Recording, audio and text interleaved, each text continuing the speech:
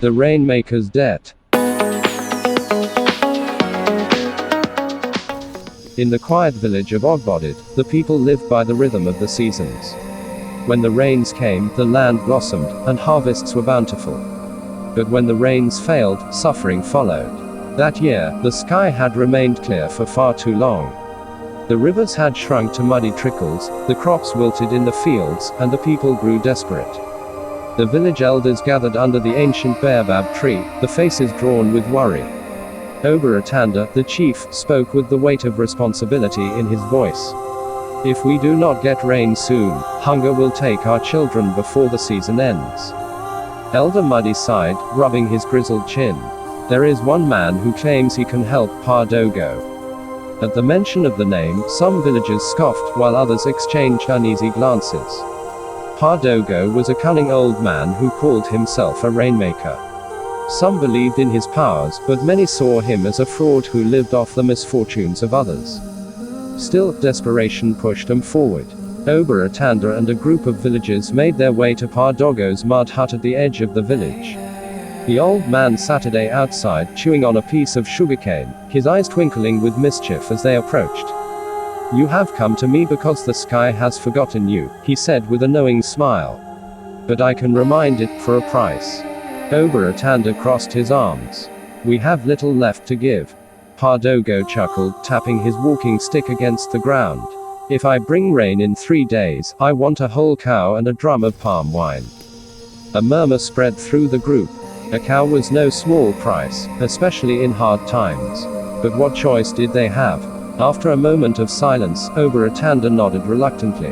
You will have your reward, but only if the rain comes.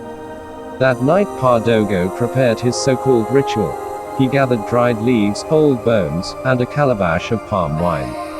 Under the watchful eyes of the villagers, he chanted in a strange, rhythmic voice, shaking rattles and throwing white powder into the air. The people whispered among themselves, unsure whether to be impressed or suspicious.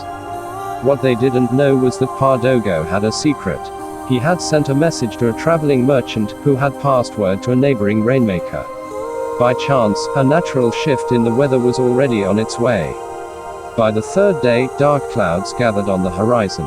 The air grew heavy, the wind picked up, and before long, the heavens opened. Rain poured down in thick, glorious sheets. The villagers erupted into cheers, running out of their homes to celebrate. Children danced in the mud, farmers lifted their hands in gratitude, and the village elders praised Pardogo for his power. The rainmaker, they chanted. True to their word, they presented him with a fat cow and a drum of palm wine.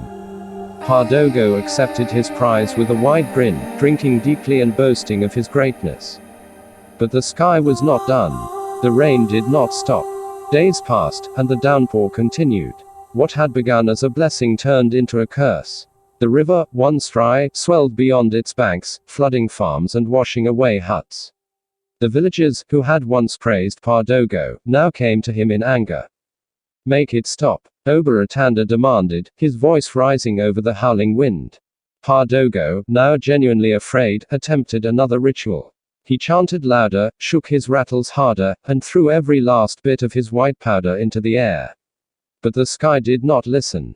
The rain had come, and now it demanded its own payment. The storm worsened. The people, realizing they had been tricked, turned against the old man. You wanted a cow, a villager shouted, but the gods want you instead. Terrified, Pardogo fled into the night, the rain following him wherever he went. Some say he wandered deep into the forest, never to be seen again. Others believe he was swallowed by the river he had tried to control.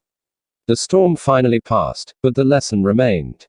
The villagers rebuilt their homes, wiser now, knowing never to trust a man who claimed to command nature.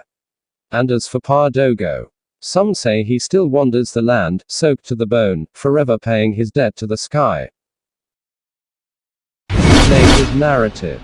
Like, comment, share, and subscribe.